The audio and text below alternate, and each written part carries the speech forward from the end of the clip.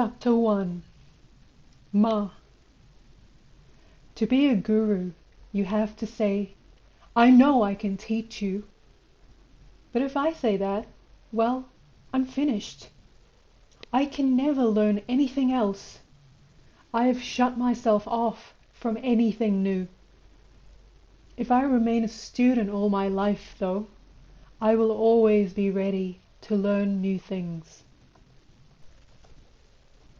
I never call any of the people who come to me for spiritual guidance disciples. I am just an ordinary person. I have lived unknown and will die unknown, except to a few. I am not interested in anything the world can offer me, and even if I die tomorrow, I have no regrets. I have lived my life to the fullest. I have done enough.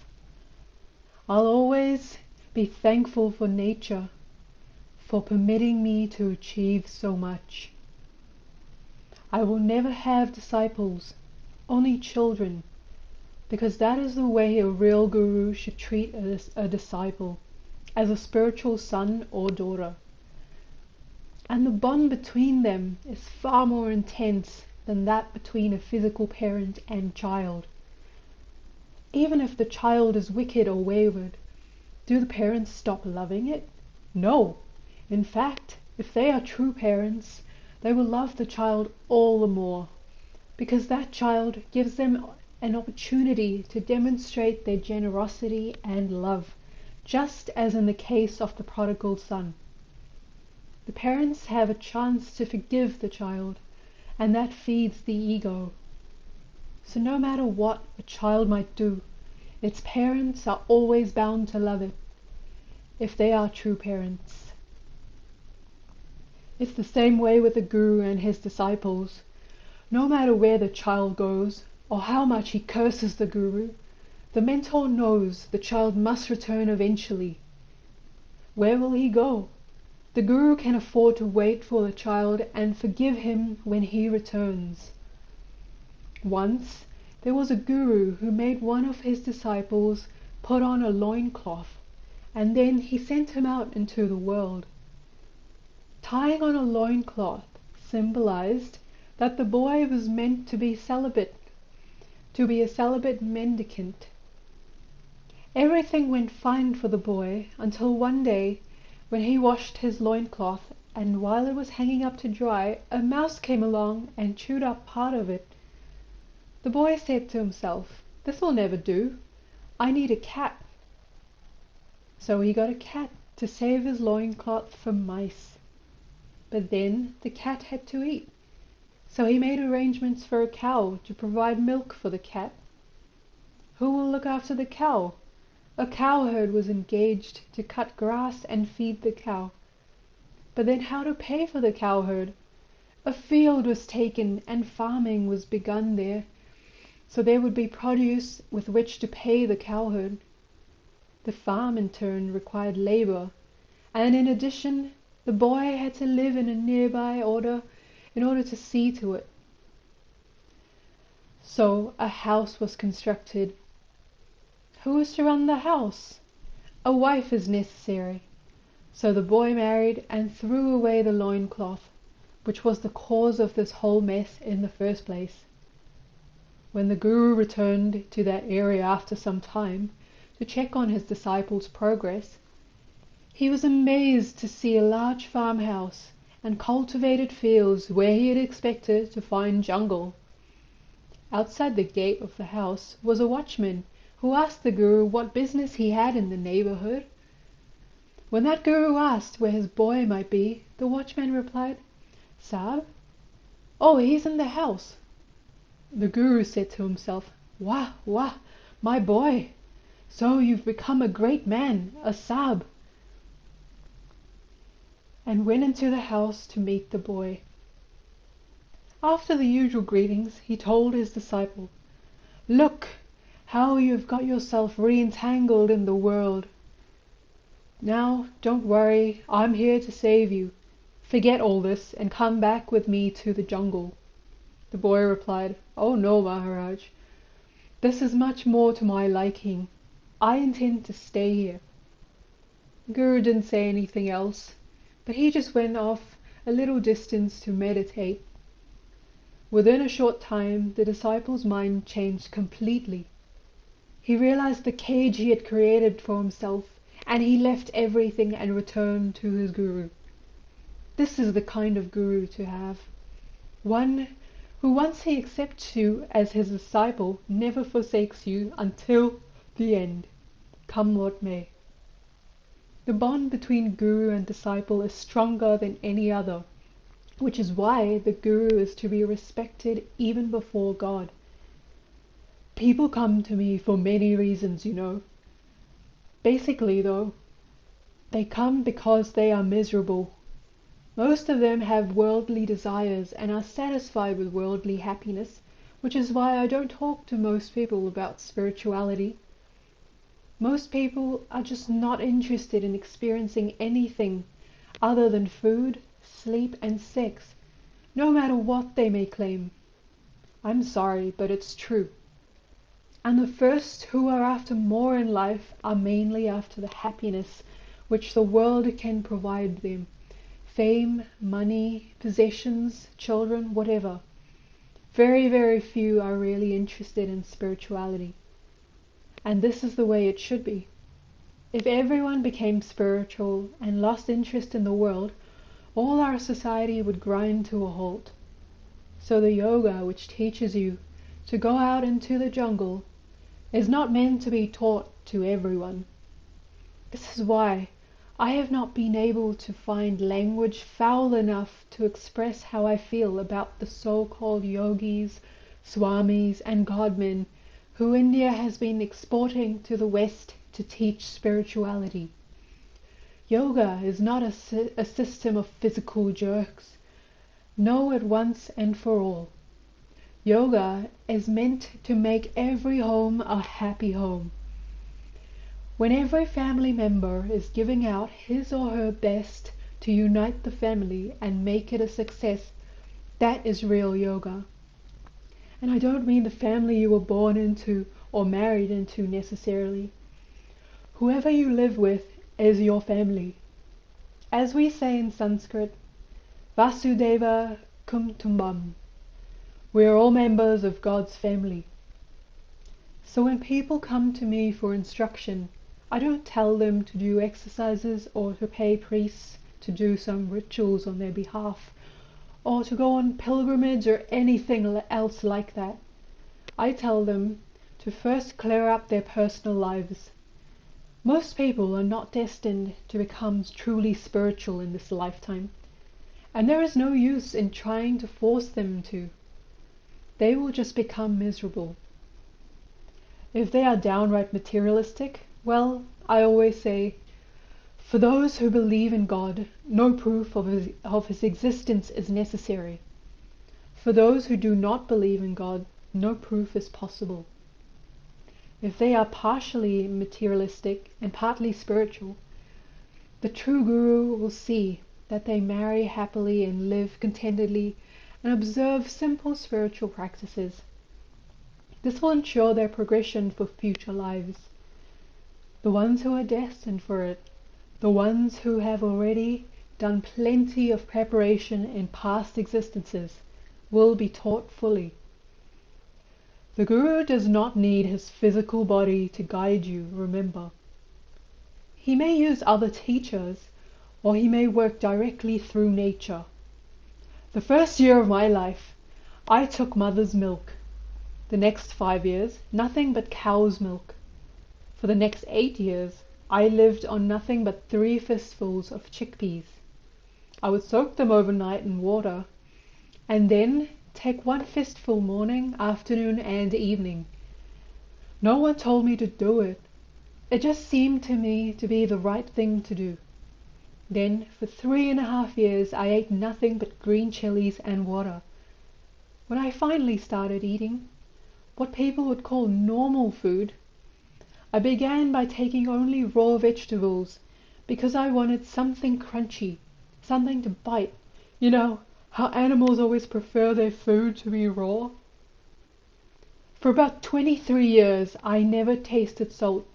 just because I didn't want to. One day, during my boyhood, I was standing alone doing nothing in particular when suddenly, like a bolt of lightning, I heard a mantra. I liked it and started to repeat it. No one told me to do so, but I just got such a good feeling from it that soon I was repeating it most of the time. You see how nature works? When I was in my first year of college, my classmates and I went to Benares on a university tour. I met two saints while I was there.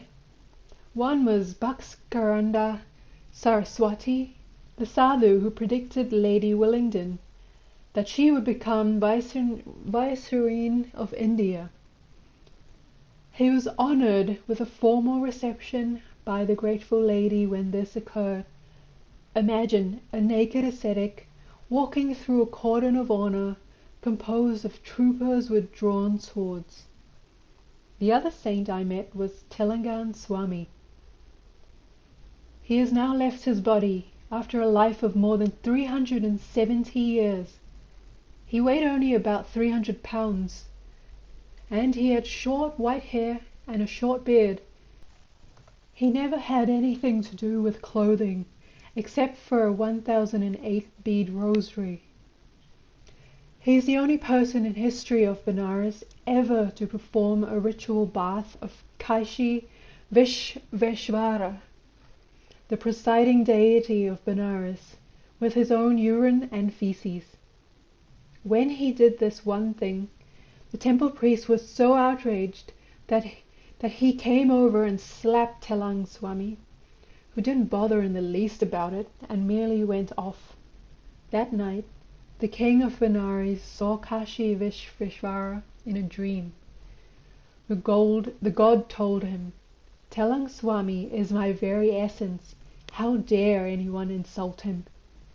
The next day, the king tried to locate the priest to punish him, but learned he had died suddenly during the night. Telang Swami was a wonderful Aghora. When I met him, he motioned to me to come over and sit next to him. He never spoke for almost 100 years, and he started playing with my hair and rubbing the back of my head. I left, and I don't know what he did to me, but back in Bombay, I began experiencing some queer things. One night, Telang Swami came to me in a dream and requested me to return to Benares to visit him again, which I did. At that time, I had no inkling of the nature of the relationship between us. Later, when I met my junior, Guru Maharaj, I learned that Telang Swami was his disciple. This made us Guru brothers. And in his magnanimity, he was helping to prepare me for what was to happen next. After some time, a few of my classmates took me to see a Jain ascetic by the name of Jina Chandra Suri. The old man peered at me and after a close inspection requested me to bring my horoscope to him the next day. I did, and after carefully perusing it, he inquired about my willingness to learn astrology, palmistry, and physiognomy from him. I don't know what made me agree, but I agreed, and I studied with him for 3 years. He taught me how to construct yantras and perform rituals. I enjoyed it. One day he casually asked me to accompany him on a trip outside Bombay. He took me to Janakpur, up in the erstwhile Darbhanga state, which is now part of Bihar. I thought we were just on holiday, and for 2 or 3 days I had a fine time. The villagers were very hospitable, and I enjoyed a good rest. On the new moon night, though, everything went wrong. Jina Chandrasuri came and met me and started speaking very sweetly to me. I wondered what had come over him. There was certainly no need for such ingratiating behavior. I now know he was just fattening me up for the kill, because after all the preliminaries he told me, Now you are going to do Shava Sadhana. I had no idea what he was talking about. When I asked him, he explained that a fresh corpse, or Shava, had been obtained, and that I was to sit on the corpse and perform a ritual. Apparently, he had looked into my horoscope and realized that I could succeed at this sort of sadhana. He must have planned out the whole drama over the last 3 years. Well, I told him I had no intention of doing anything like sitting on a corpse and performing sadhana. I had done some yoga before, but our family worships Krishna, and for us it is unthinkable to have anything to do with dead bodies or spirits or anything like them.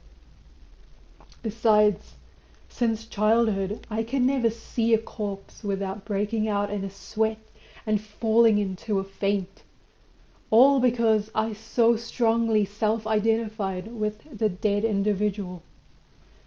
Once or twice, when I was out driving, I met a funeral procession and actually lost control of the car, and I allowed it to run onto the footpath. It was very dangerous. So I couldn't even imagine what would happen to me if I were to sit on a corpse. Gina Chandrasuri started to try to convince me, but I was adamant. Finally he lost his temper. It was the first time I had ever seen the old man get angry. He told me, "If you refuse to do it, I'll perform the ritual myself on your corpse." I flared up. "Who do you think you are threatening?" I assumed he was talking through his hat. To show he meant business, he motioned to a group of drunken tribals who were standing nearby, holding knives, clubs, and other weapons. At his signal, they walked over and surrounded me.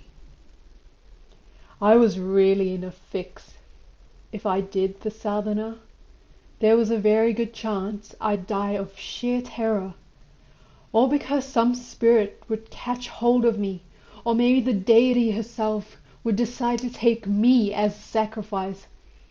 If I didn't do it, it was a definite that I would die.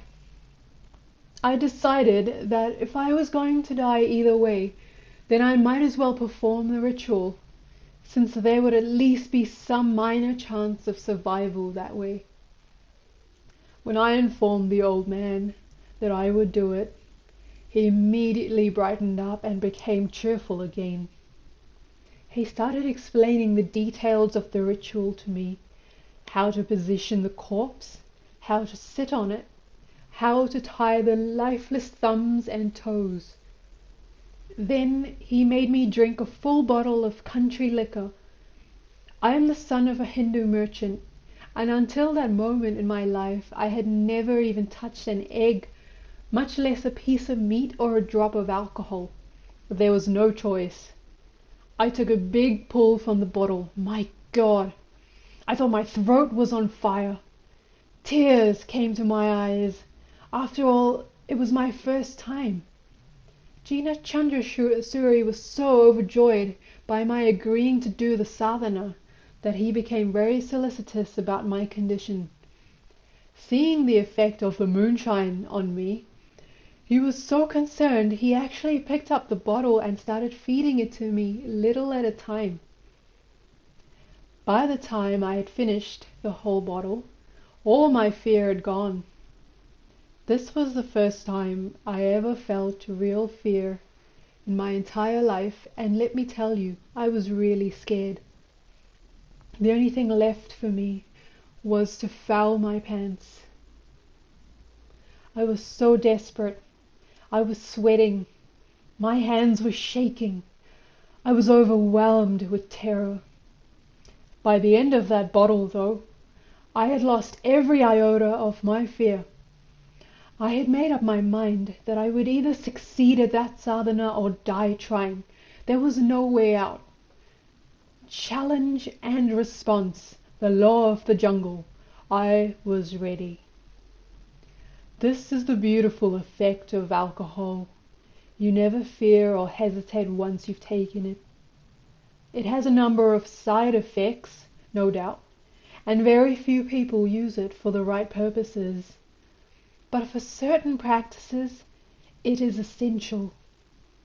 It was a really good thing that I drank that moonshine, because it helped me out in several ways. Then I was taken to a corpse. It was that of a young girl, about 15, very pretty. She belonged to a tribe whose members pressed oil from seeds to earn a living.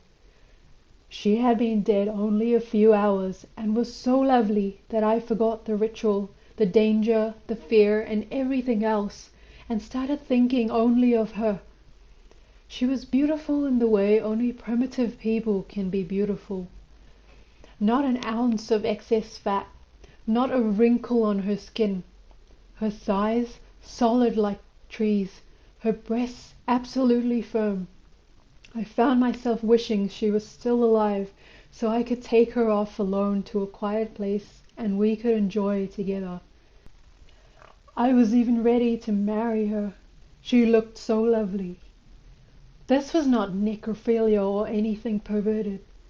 I was just very drunk, and I was sorry she was dead and unable to play about with me. I'm telling you the truth about all this, so you'll have some idea of what it was like. While I was drinking, they had taken her to the appropriate spot and pointed her head in the correct direction. Jina Chandrasuri, who was looking very pleased with himself, handed me an object and explained, "I am giving you my yantra, which I worshipped for 40 years in Assam. It will take care of you. There is nothing to worry about.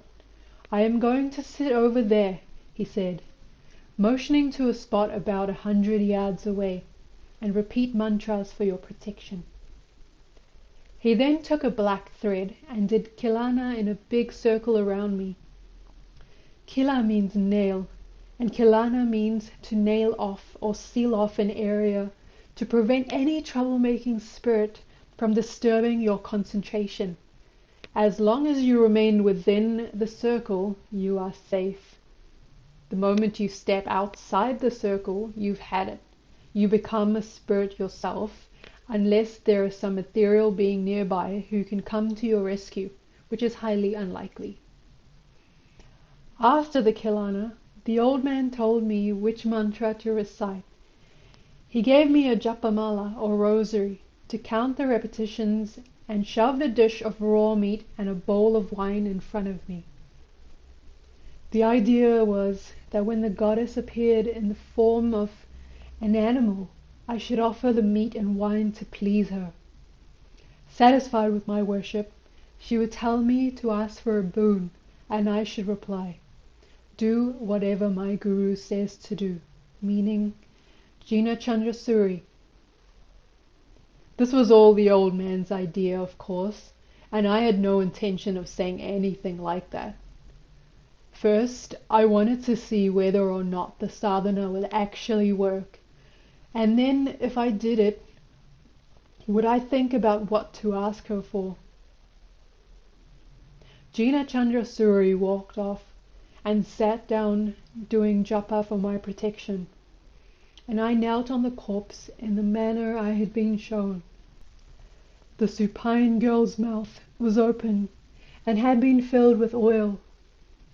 The old man had shown me how to make a wick of raw cotton, and I lit my wick from one of the torches the tribals were carrying.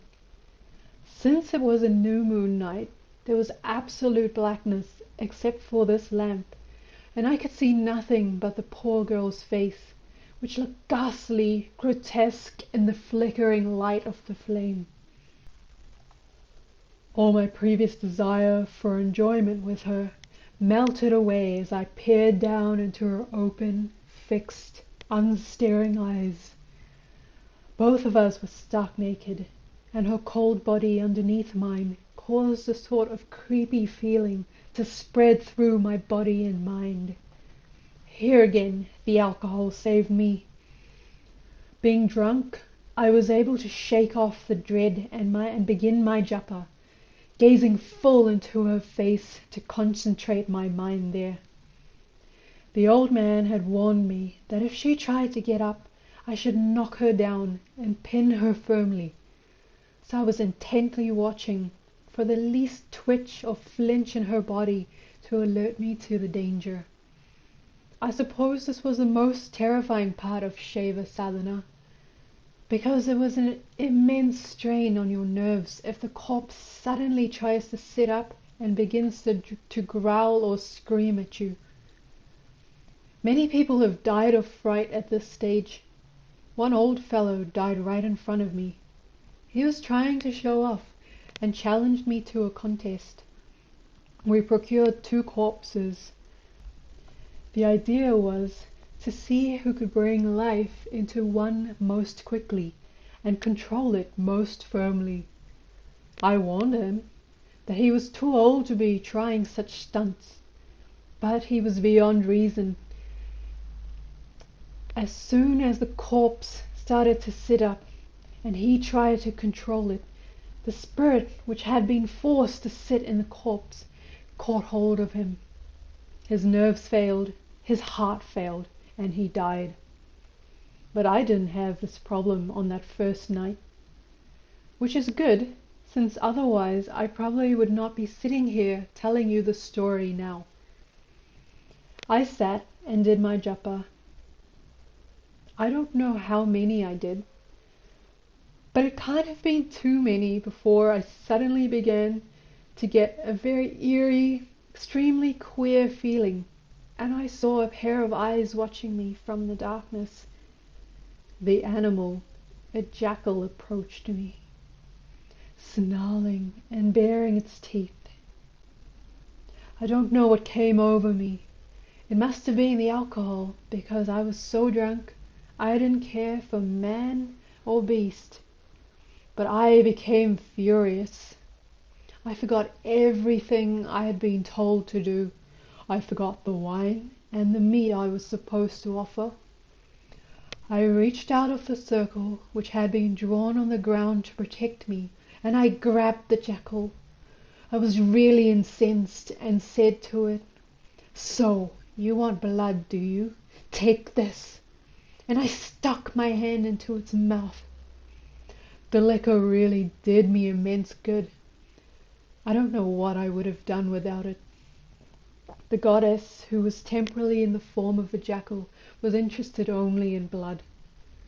One of the beast's teeth pricked my hand between my thumb and index finger, and the jackal licked the drop of blood that oozed out. And then all of a sudden there was Smashan Tara standing before me, smiling, asking what I wanted from her. Tears come to my eyes whenever I remember that scene. For years the scar remained on my hand as a reminder of the night when I was there in that cemetery, sitting on that corpse, and I caught my first glimpse of Smashan Tara. I don't know what your condition would be if you were to catch sight of her. You might even die of shock. She is very tall, and her skin is a beautiful deep midnight blue color. Her eyes are beautiful. That's the only way I know to describe them. She has a long red tongue, lolling from her mouth. Blood. The blood she is eternally drinking drips slowly from the tip. She is Gatastani, or pot-breasted, and Lambodari, or full-bellied. Around her neck there is a garland of freshly severed human heads, which are freshly bleeding. She wears wristlets and armlets of bones, and anklets of snakes. Her forehands grasp a pair of scissors, a sword, a noose, and a skull.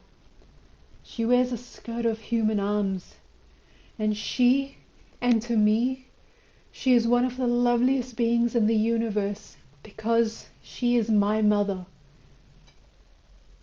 I suppose I should have been frightened at this terrific vision, but actually, when I saw Ma for the first time, I felt as if I had known her before, perhaps in some previous birth, and that this was just a continuation of that previous sadhana. I am sure this is the case, because otherwise it would have been impossible for me to achieve so quickly. Anyway, she asked me what I wanted, and I told her, look, I never did this for myself. I never wanted to do anything like this. That fellow sitting over there made me do it. I don't want anything except to go back to Bombay. Don't worry, Tara assured me. I'll see that you get to Bombay. But first you have to ask for something. But I don't want anything except to go back to Bombay. But you have to ask for something, Tara insisted, smiling. Just get me out of here first. Take me to Bombay, and then I'll ask for something. Tara laughed and told me to close my eyes. I did, and when I opened them again, I was in my bedroom in our family mansion in Bombay, soaked in sweat from fear and shock. I was stunned for at least 15 minutes, and did not even know where I was. I walked from room to room like a zombie, trying to convince myself I was really back home. Gradually I realized that I had indeed returned to Bombay, and that thought gave me some relief. I was still drunk, so there was nothing to do but go to sleep. When I woke up at 11 a.m., I had a terrible hangover. Of course, I didn't know then it was a hangover, because I'd never experienced one before. All I knew was that my head was splitting open, bursting at the seams. I called my servant Dondu and told him to bring me back some Bayer aspirin. It came as a powder back then, so I took 2 teaspoonfuls, and after half an hour or so, I started sweating and my headache disappeared. I felt good enough to start planning my revenge on Gina Chandrasuri for daring to lie to me about the purpose of our jaunt and getting me into such a situation. I'll never see his face again. No, I'll butcher him. Let him return to Bombay, and we'll see how long his head remains on his shoulders. Thinking in this way, I suddenly remembered the yantra and rosary which was still with me. I said to myself, wait, I'm safe here in my own home. Let me try this out. There was some doubt in my mind that I had imagined or dreamed the whole thing. Just as an experiment, I sat down and started doing japa. I had not even finished 100 repetitions when Tara appeared in front of me again and asked me what I wanted from her. I said, Ma, I really never had any intention of doing Shava sadhana, and I don't want anything. Again she smiled and said, ask me for something. When Ma wants to give you something, she creates a situation so that you must accept it. I finally had to tell her, Ma, I never wanted any of this, but now that I've succeeded, I would most like for you to come to me every day and permit me to worship you. She said, but I can't come here. You will have to go daily to the Smashan. And that is just what I did. At that time, Bombay was not so crowded as it is today, and the Smashans were very lonely places. I began with a whirly Smashan. A friend of mine would drive me there every night and wait in the car while I did my work. I'd arranged for a man to provide with fresh coconut water nightly. After offering it to Ma, I would drink the rest as her prasad, a gift from her to me. There was an old fakir, a Muslim ascetic named Mishkan Shah, who lived nearby and who knew why I visited the cemetery nightly. After we met, we became good friends, and I would have tea with him every night. Ma would come to me nightly and we'd talk. After some time, when I knew her better, I asked her to show me all her forms. Chinnamasta, who carries her head in her hands and drinks her own blood as it gushes from her neck. Bagalamukti, who has the head of a crane or heron, and all the rest of the great goddess. Many rituals were involved in achieving success at the sadhanas for all of them. I also had to perform Shava Sadhana twice more, each time with a different technique. For instance, the second time I did Shava Sadhana, I did it on the corpse of a man instead of a woman. And the third time, I did it on the corpse of a woman who had died while pregnant. Gina Chandrasuri was not here to assist me those next 2 times I did Shava Sadhana. A few days after my experience in Janakpur, he returned to Bombay and came to meet me. He began by praising me. "I am so pleased with you, my boy. I knew you could do it from the first time I saw your horoscope. Now, do just as I say, and we'll be able to collect plenty of money from all the Maharajas and merchants." I told him, "I will do nothing of the sort. You forced me to go and do sadhana, which I never would have done willingly. I will allow you to leave with your life only because you introduced me to my mother. I must show my appreciation for you for such a boon, even though you are wicked, dirty-minded, had different plans for me. Were it not for this, I would ask her to make a nice mince out of you, just as you had planned to do to me.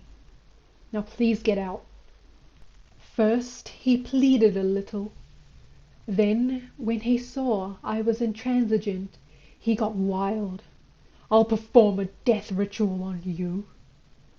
I lost my temper, but I just laughed in his face, and I said, "Now, I spend 24 hours of the day in the lap of my mother, so your puny threats do not worry me at all.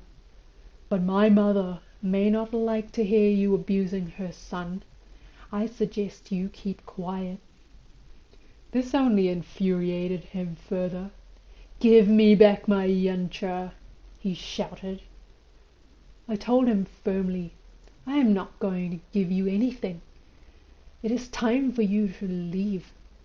And I had him bodily ejected from my house. And what happened? After some time he raped a little teenaged girl, and that was the end of all his spiritual power. Thereafter he earned his living by making yantras for rich Jain merchants, charging them 10,000 or even 15,000 rupees each, about $1,000 to $1,500. We kept our relationship, however. I guess this was because he knew the power of Smashan Tara, since he had worshipped her for 40 years, and he probably still thought he might be able to get some benefit from her through me. Sometimes he would come and meet me at my house, but the connection between us was strained. He was unique, really, in his own way. As far as astrology, palmistry, and physiognomy are concerned, he was a master. He had been able to dig up a number of buried treasures and texts. I have never met anyone in this world who could exceed his ability to make other people rich. "Why do you want to waste your time on spiritual things?" he would always tell me. "Do your penance, then cash in on it, make money, and enjoy your life. You're from a merchant's family, which means you are meant to make money, not be spiritual. Spirituality is for Brahmins." He had himself owned tea estates earlier in his life, and had fallen in love with an English girl, the daughter of a fellow tea planter. Everyone was against them and succeeded in breaking up the relationship. He was so disgusted with the whole situation that he left everything and became an ascetic. Although he had worshipped Smashan Tara for 40 years, he never dared to try to perform Shava Sadhana himself. He knew he could never succeed. He did attempt to make one Rati Bhai do Shava Sadhana, but as soon as Rati Bhai reached the Smashan, he got such a fright that he fouled his pants and then fainted. He has not fully recovered from the effect even today. Unfortunately for Gina Chandrasuri, I was a very different sort and paid no attention to him. I was listening only to my mother Smashan Tara. It is only by her grace that I have achieved whatever I have achieved in this life. I never told Ma that he should rape that little girl, mind you. I don't like rape. It makes me furious. It's one of the 3 acts which supposedly can't be atoned for or forgiven, along with murder of your guru and gambling. What happened to Jina Chandrasuri was that Ma withdrew her protection from him, and his mind was overcome with desire. He could have satisfied his desire in other ways, but he could not restrain himself, and this is what resulted. And besides, there must have been some karmic connection there. Otherwise, there never would have been an opportunity for him to be alone long enough to rape her. Had this old man been in his senses, he could have postponed the repayment of his karmic debt for some future lifetime. But because his balance of mind was lost, his natural underlying lust, which had been suppressed all these years, suddenly spurted out. It's a fine thing to collect great spiritual power, but you are headed for trouble if you ever lose control over it. You know, one person may do sadhana for years and years and still get no result, whereas someone else may only do a very small amount of penance and get a very great result, as was the result with me in my Shava sadhana. It looks unfair, doesn't it? But the person who achieves easily in this lifetime must have spent many, many lifetimes of tough austerities, just as Kalidasa did, to reach the point where only a small further effort will bring results. Someday I'll tell you the story of Kalidasa. Right now I have a better story for you. Listen. One time an Aghora decided to perform Shava sadhana. Naturally, he couldn't do it in the city because the people there would be scandalized and would accuse him of black magic and attack him. To avoid this, he procured a corpse, carried it out into the deep jungle, and sat on top of it and began to do his japa. A woodcutter happened to pass nearby, and seeing the Aghora and the corpse, took fright and climbed a tree to hide. While he was in the tree, the woodcutter overheard the mantra which the Aghora was repeating. He was repeating it aloud to improve his pronunciation, which was proof that he was still raw, because a real Aghora never speaks the mantra out loud. Suddenly, from out of nowhere, a tiger appeared, and with one cuff from its paw killed the Aghora. Immediately it began to lap the freely flowing blood. Tigers always do that to fresh kill. While it was busily engaging in slaking its thirst for blood, the tiger was frightened by a sound nearby and plunged into the deep underbrush. The woodcutter knew well that a tiger always returns to its kill, but he had become curious about the whole thing, and in spite of the danger, got down from the tree to investigate. Then he wondered to himself, why shouldn't I try this out? He sat on the fresh corpse of the Aghora and started to repeat the mantra he had overheard. After less than 100 repetitions, the deity suddenly appeared in front of him and said, "Ask for a boon." The woodcutter told her, "Ma, I have only done this out of curiosity." Ma told him, "That doesn't matter. What does matter is that I've come to you. Now ask for something." He said, "All right then. Tell me which law states that this fellow should not even succeed after a long penance, and that I should achieve within seconds." Ma smiled and said, "Close your eyes." When he did, he saw that he had been doing the same sadhana for the past 10 births. Ma continued, "Do you understand now? If you hadn't done this before, how could you remember the mantra? How would you have developed the courage to attempt the sadhana, knowing the tiger would return at any moment? I was the tiger who killed the Aghora. I made him come here, where I knew you would be waiting. I gave you the intelligence to remember the mantra and do the sadhana. You only had a few japas left, remaining from your past birth, in order to get siddhi, and now you have it. This Aghora must still go through 2 more lives before he gets an opportunity like this. Now ask me for something. The woodcutter said, Ma, all that I desire is that you should keep me forever in your sweet gaze. In that instant he was made. When I said he was made, I mean he obtained siddhi, not kaya siddhi, which is immortality, or maya siddhi, which is control over the mundane world.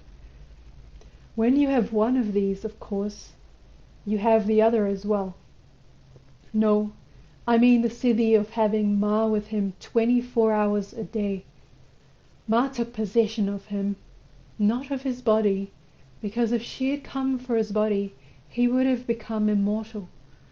She possessed his mind. She plunged him into the universal computer so that he was able to get answers for any question and could continuously play about with her. Ma came to me in this same way. Only because of the efforts of my past lives did I get the desire to study with Jina Chandrasuri.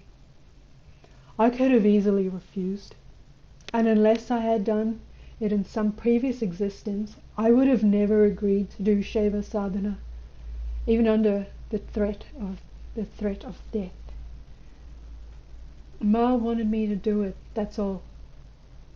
And what I have gained by succeeding at her sadhana is beyond speech. She taught me how to move in my subtle body. She made me clairaudient and clairvoyant. I can go anywhere in the world without leaving my chair. Nothing can be hidden from me. I'm talking as if I do these things, but in fact it is beyond me to do anything. Only Ma can do it. She does it all. When someone who is afflicted by disease comes to me, Ma tells me the treatment. Sometimes she will tell me this person does not deserve to get well, or it is not in this person's destiny to be cured. Whereupon I ask her, then why did you send this particular individual to me if you didn't want them to be benefited in some way? And then her compassion flows, and something incomprehensible occurs, and the person is cured. I always pray to her, Ma, make me a leper, ruin me, do whatever you like, but don't ever remove me from your lap. And I know she hears me. This is the foundation of all my confidence in my abilities. Do I have any capabilities? Ha! Everything is from Ma. My ideas are individual. No one else knows about them. People sometimes ask me, how can you have learned so much in such a short span of 60 years? I tell them, I studied at Nanaganj at Manasarovar. Nanaganj means heap of knowledge. Manasarovar means ocean of the mind. My knowledge is Nijaya Nana, knowledge from within, from Ma. My mentor has taught me a wonderful method of being able to tune in to knowledge from everywhere with Ma's help. Other people have wondered, how can you treat someone as terrifying as Smashan Tara as your mother? They can ask such stupid questions only because they are ignorant. Once you know the meaning of the form in which you see Smashan Tara, you will be able to understand why she is the universal mother.